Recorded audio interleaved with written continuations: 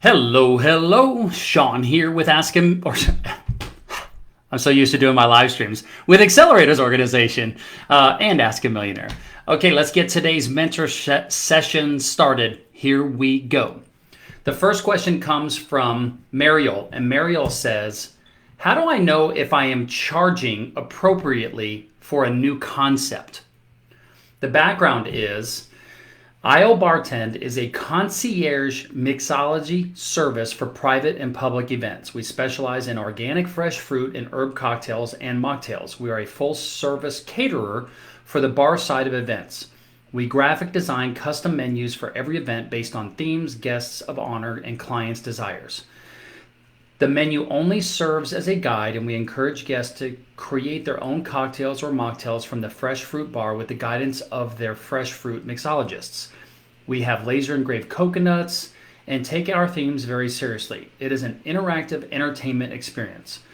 I am finding that new potential clients are having major sticker shock from my proposals. There really is no comparable company, as I developed all of these recipes myself.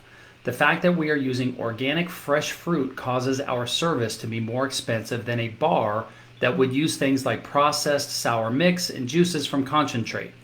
I am only making profit from prep and service time. Everything else is direct pricing to customer, as I do not have a liquor license and do not have brick and mortar to store fruits.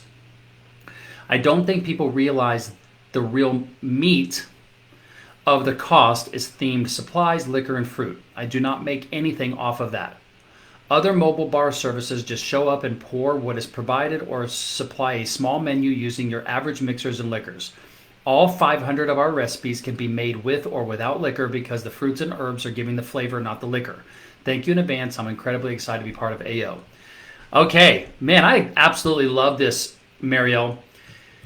Lots and lots going on with this question. Let me extrapolate this out of my brain.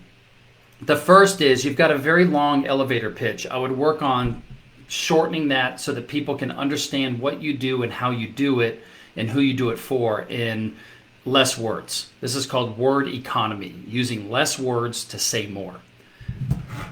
How you can do that is you can go into the AO Resource Center, and in the branding section of the Resource Center, there's a lot of articles around brand strategy, perfecting your elevator pitch, and things like that, okay?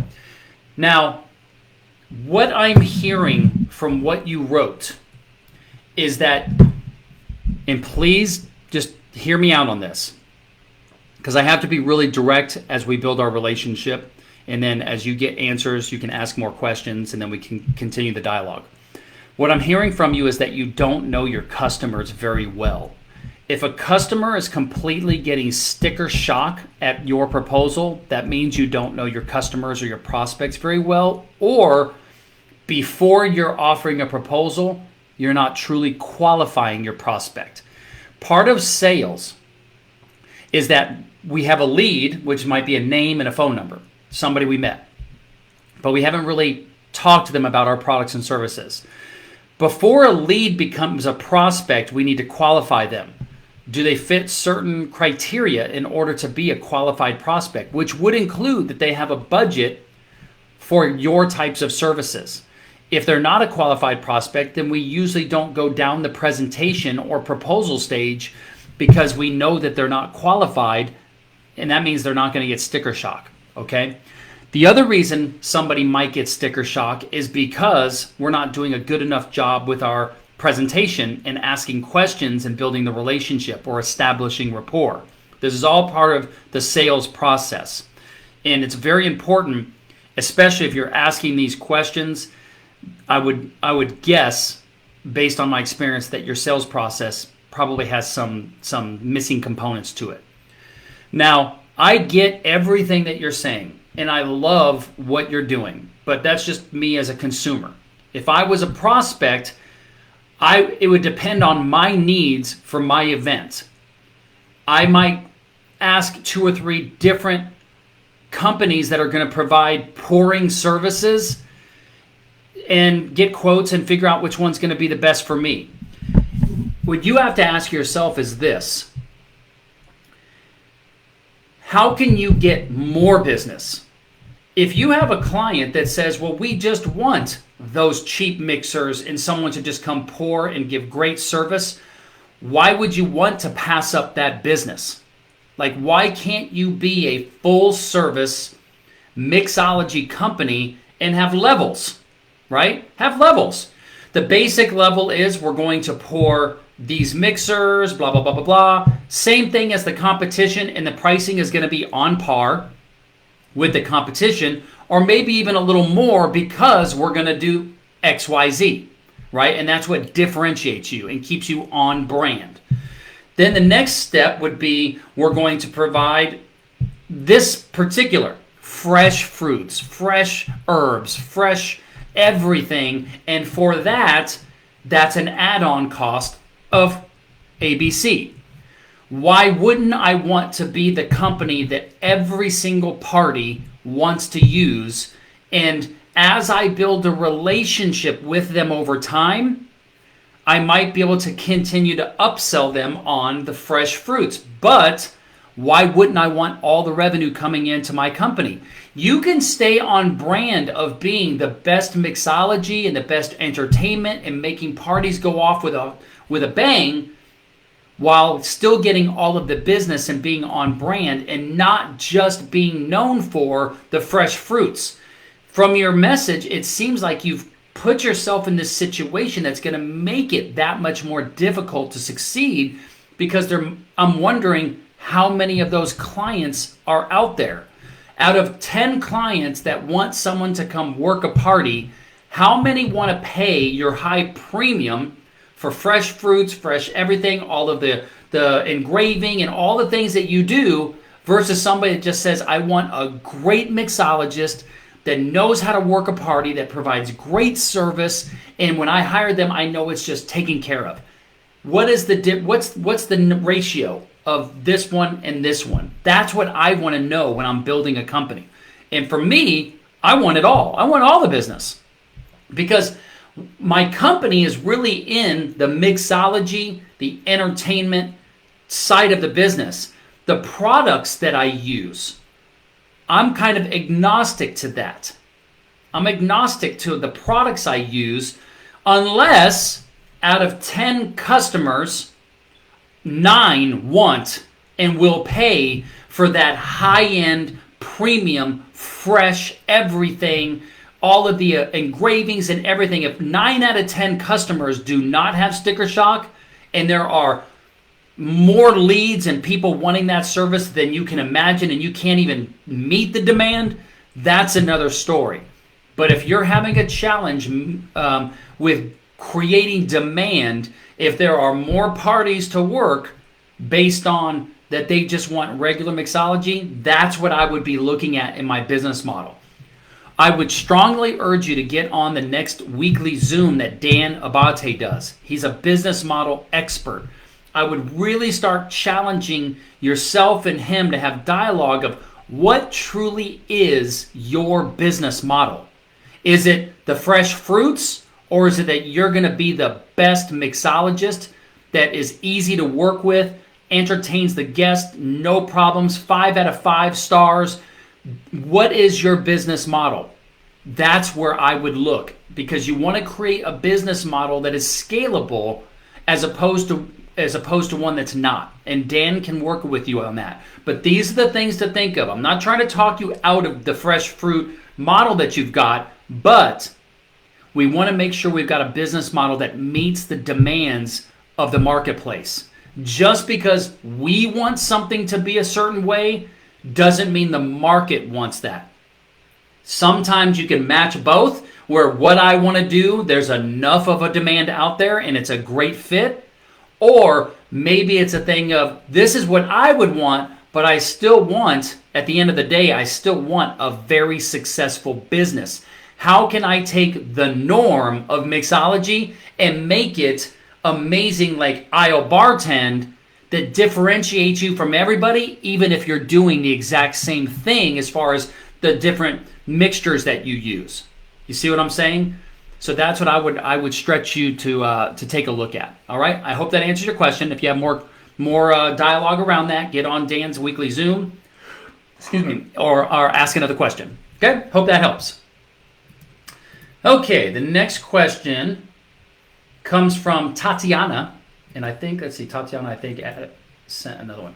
The next question comes from Tatiana, and Tatiana says, what are some ways that I can reward my employees to keep them motivated and excited in a quick service type restaurant? The background is the summer gets really busy and we want to do something exciting where we give someone $500 to $1,000 bonus at the end of the season. I was thinking a chart to keep track so people could get really excited. I don't want it to be a cutthroat competition. I want the team to work well together and I want them to feel appreciated.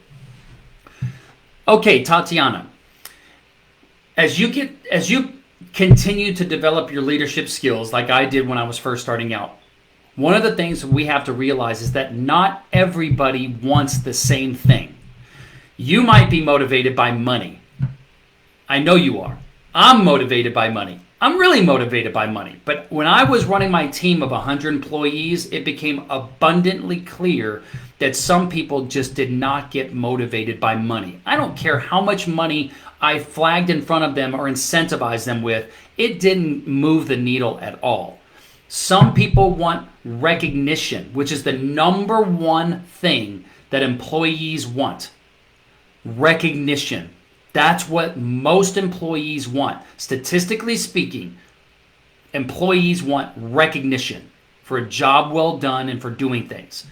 I know to you and me, we think it's show me the money. To employees, it's not. You're running your business, and I'm just going to be very direct with you because we've talked and I know you want to grow. You treat your business the way that you would want to be treated. That's not what a leader does. What a leader does is we treat people the way that they want to be treated. And to do that, we have to ask them. We have to ask them question. What motivates you? What would you like to receive as an incentive to push yourself to produce and be more efficient at your job? And how can we as leaders and the team, how do we track that? So if you've got this grid of I'm going to sell this many fruit bowls per day, and that's going to be the data we're going to track for the bonus or time off or whatever it might be, what is the data that you're going to track to produce increased productivity and efficiency among each individual employee? And that is leadership 10.0. 1.0 is, hey, if you do a better job, I'm going to give you more money. That was 50 years ago. Today is, what do I have to do as a leader to incentivize you so that you love your job, you do a great job, you're more efficient, you're more productive, and cater that for each individual team member. What I would do instead of individual competition, I would share my financials with my team. I would share my financials. Last summer in 2020, or maybe it was 2019 because of COVID last year, we did this much in revenue. I want to, as a company, I want us to work together to get higher reviews, higher revenue for the company, and I want to incentivize each of you in a way that you'll do your part and feel as part of the team and you guys work together as a team. What could we do to track that data so that at the end of the summer, I take you all on a vacation. We shut the store down. We do a pizza party. I give you a week off. What are some things that we can do? I give you a parking spot. I buy you a Lamborghini. I don't know, whatever it might be. But what is going to incentivize, within reason, no Lambo, I know, but what's going to incentivize each person to be the absolute best team member they can be for the company, themselves, and their teammates? This is Leadership 10.0. All right? So there's some ideas for you. Ask some more questions around this. I really wish that you and your husband were going to be here, or one of you was going to be at this leadership event that we're doing June 12th. Please see if you can free up your schedule to come that weekend for June 12th. It will change your life from a leadership perspective. All right? Get with Shirley. She can get you the details, okay?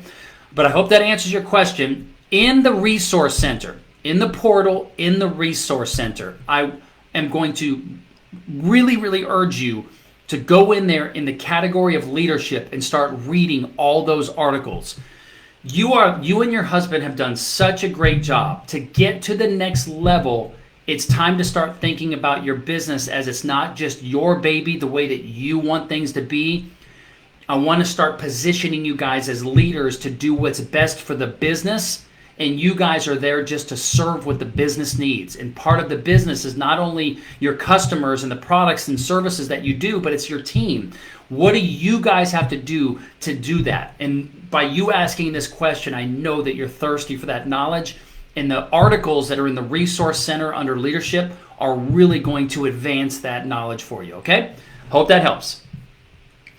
Okay, the next question comes from Andre, and Andre says, how can I make it faster to 1 million in net income? The background is I recently sold my rental property and have an estimated $100,000 sitting in the bank. My W-2 work experience is as a network engineer in the IT industry. I have the opportunity to start my own business from scratch in staffing and recruiting, or I can use the money I have in the bank to purchase an established business with cash flow. The business will most likely be a food and beverage business like local pizza shop. I have 3 boys at home and active in my community with church events and helping others. I would think that purchasing a business will create cash flow from day one, and I can use proper marketing and advertising strategies to grow my business. Or I can use my time and be the recruiter operator for my new business and work on setting up systems and processes to make the business successful. This will most likely require for me to use my $100,000 in savings for the next 3 to 6 months. My exit strategy is to make either of these businesses self-sustained and sell at a later time for profit. Any advice is appreciated. Okay, I love this. So all I can do is kind of give you opinion on this and share with you kind of the things that I would look to do if it were me. And I'm going to get some other mentors to answer this because you might get some different perspectives on the way that other mentors might answer it. I do believe that owning a business would be the way that would get you to $1 million in net income. And I'm assuming that you really mean savings because you've got $100,000 in savings and you want that to be $1 million. A business ownership is going to be the fastest way. So there's lots of different ways. There is the real estate, investing in some more real estate, doing renovation, flipping it, taking the profit, doing more or bigger deals to get to the $1 million. That takes time, that takes knowledge, that takes skill. You can invest in properties that are going to put off property income and start building assets that way. That could be a full-time business, if you will, job and business doing that. And there's a lot of things you'd want to take into consideration doing that. You'd have to learn how to rehab and renovate yourself, maybe even look to become a general contractor. It's getting harder and harder to find general contractors these days because there's so much demand in the markepmarketplace. You could buy a retail shop like a pizza shop or a franchise or something like that. But the challenge is, hold on. Sorry, my iPad went off there for some reason. What I would look at if you're looking at buying a franchise like a pizza shop or buying an existing business is what is the most money that business has made as an owner-operator in a year.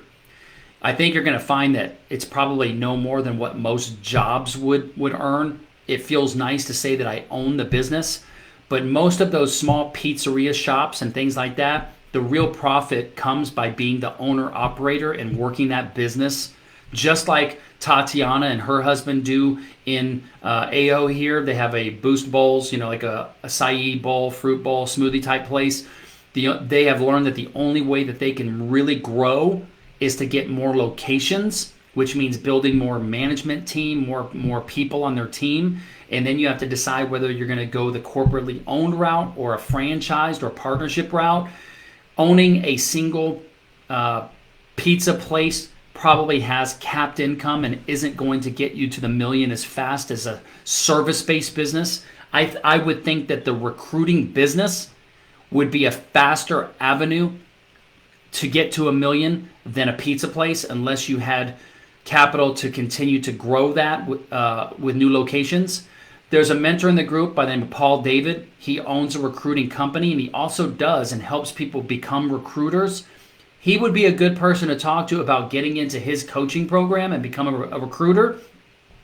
And I'll talk to him as well, and I would venture to say that he probably can help turn that into a business so that you can recruit other recruiters just like he did to build his multi-million-dollar company. That would be something to think about. But I think you're on the right track, Andre, to invest in building a business that is scalable, that can get you to the million faster. Those are my thoughts. I hope that helps. Looking forward to continuing the dialogue with you on this and seeing what path you take so we can help you get there faster. Okay? Thanks, man. Okay, the next question comes from AJ. And AJ says, how do you choose where to focus when everything needs work? The background is, maybe it's this phase of business growth, or perhaps it's my perspective. But I feel like nothing we're executing for our clients is performing nearly as well as it should be. I feel like the spinning plate entertainment guy who is always bouncing from one plate that's about to fall to another, with many different types of plates wobbling. I'm really struggling to apply my focus to really excelling at any one thing. Well, I think that this is pretty common for the entrepreneurial and business owner life, AJ, is that there's always some fire that needs to be put out, some department that needs extra attention, some client that needs extra attention, some employee or contractor that needs extra attention, some vendor that needs attention, my family life that needs attention, my dog life that needs attention. I need attention. This is part of the entrepreneurial life. And the way that that gets better is by continuing to focus on sales to bring in new clients that generates more cash flow, where we can hire more people on our team and spread out the burden of all those fires and needs across more people. Now, because you and I have had conversations and you've asked other questions, I can get a little more insight into this for you. I know that you're still trying to perfect the service that you provide for your clients. Now, AO is here to serve your business mentorship and guidance needs. It's still important for you and me as entrepreneurs to master our craft of the service that we provide or the products that we offer our clients. I still want to be involved in industry trade groups, whether that's associations or communities or Facebook groups or coaching programs that are specific about continuing to master my craft, sort of like continuing education for attorneys and doctors and CPAs and those sorts of things. There's always new techniques and strategies and processes that certain occupations have that they need to continue to sharpen that axe in order to be better and evolve with providing their service. So make sure that you're involved with those industry trade groups to continue to master your craft so that the service that you're providing to your customer is meeting the expectations that you have. Part of that is going to simply be being able to be self-aware of, do we have realistic expectations? Because you say, but I feel like nothing we're executing for our clients is performing nearly as well as it should be. Well, how do you track should be? Should be is a feeling, or it's a data point. When you say should be, is the data point wrong? And you're 100% sure that that data point is correct, or are you using instinct and feeling of what it should be, but you're just guessing? I always like to clarify maybes and possiblies and coulds and shoulds. I want to use black and white, realistic data instead of instinct and feeling when it comes to, am I the best at what I do for my clients? And here is why. Statistically, data, boom. My service levels, boom. My testimonials and customer service scores, boom. Tracking that data, okay? Hope that helps. You're on the right path, man, but remember, here is the cycle. Become really great at what you do, knowing that you're going to continue to get better and evolve over time as an expert, as an authority at what you do. And then the number one focus is on How do you create a sales system and process to bring in more clients, to bring in more cash flow, so that you can bring in more team members? That's the goal. All right? Hope that helps. Okay, next question comes from Asia. And Asia says, with a $500 budget, what SEO marketing or Google AdWords marketing could I invest in? Is this budget too low to get any results? Are there any companies or people who could work with me at this pricing? My target audience is parents of teens in the US. Background: the purpose of Prep LLC helps hardworking college-bound high school juniors and seniors make the college admissions process simple with our college admissions coaching and SAT prep services. First off, your business background is perfect, Asia. Great job. Although in your question, you put a little bit of the background of the question in the first field, just ask the question in the first field to make it a little easier, okay? Now, to answer your question, I have no clue. I am not an SEO person. I'm not an SEO expert, but luckily, and I know that you asked this question because I told you to, I'm going to get Jim Mitty of Turtle Hut Marketing to answer this question for you. I do believe, as we talked about on the weekly Zoom, that it's really important for you to do some additional advertising, but I also think it's important for you to go get some more income coming in.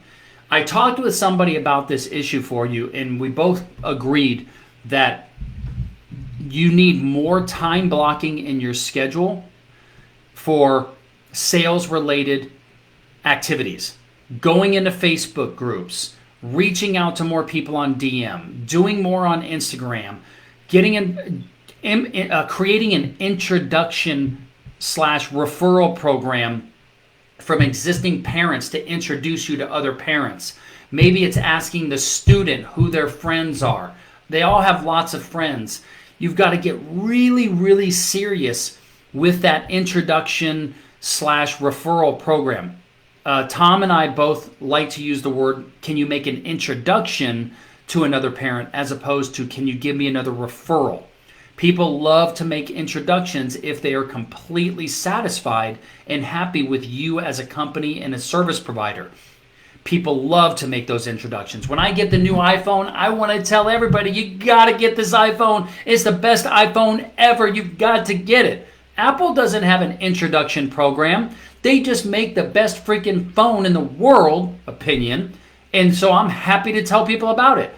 Do that with your company. When you get done working with a junior or senior, make it part of your process to ask for introductions to 3 to 5 different parents so that you can reach out and use their name. Better yet, would they call those people or email and make an introduction?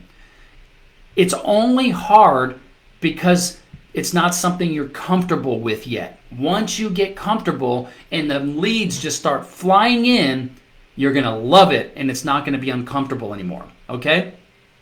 I am going to get Jim to answer your question about the SEO, though. But in the meantime, continue to do what you're doing and get even more proactive with your sales, lead, and prospect generation activities, okay? All right, and great job on your business background description. It's perfect. All right, the last question comes from Martina. And Martina says, how can I create a meaningful, memorable trademark for my company? The background is I provide services for patients. It starts in the hospital right after an operation and ends with the patient's recovery at home. I am the connection between therapists, health insurance companies, the doctor in the hospital, and your own family doctor, as well as the relatives of the patients. Everything that is important is clarified and organized during the patient's hospital stay. The patient can concentrate completely on the recovery process. Treatment costs are also optimally clarified. Okay, Martina, based on your business description, I have absolutely zero clue what you do. I would recommend really trying to fine-tune what it is you do so that when you're talking to anybody like me who doesn't understand the medical field like that, that anybody can understand what you do. Start working on that and work with Shirley. Remember, Shirley is an amazing salesperson. She's your main point of contact here at AO. Work with Shirley and she can help you fine-tune this elevator pitch to describe what it is you do and the service that you provide. Now, you say, how can I create a meaningful, memorable trademark for my company? So I don't know if that is a language difference of the word trademark or process, but I'm assuming that you mean process, not trademark, because trademark here in the United States, because I think you're in Switzerland, trademark is like a trademark of a logo, a trademark of a word or a saying, a motto, something like that. We don't really trademark a process. Here in the United States, we could potentially patent a process, but I don't think that for what you're doing that's something that you could patent. Now, I don't know in your particular country if it's possible, but it sounds to me like you're trying to create a meaningful, memorable experience and process to differentiate. If that's the case, would you do me a favor? Once you work with Shirley and really fine-tune to explain what it is you do, have Shirley help you with the question that you're really trying to ask so that I can understand it and get you a better answer, because right now I'm a little cloudy, okay? But I'm super happy that you joined AO and you asked your first question immediately. Super excited about that, and I can't wait to help you create that memorable experience to help grow your business, okay?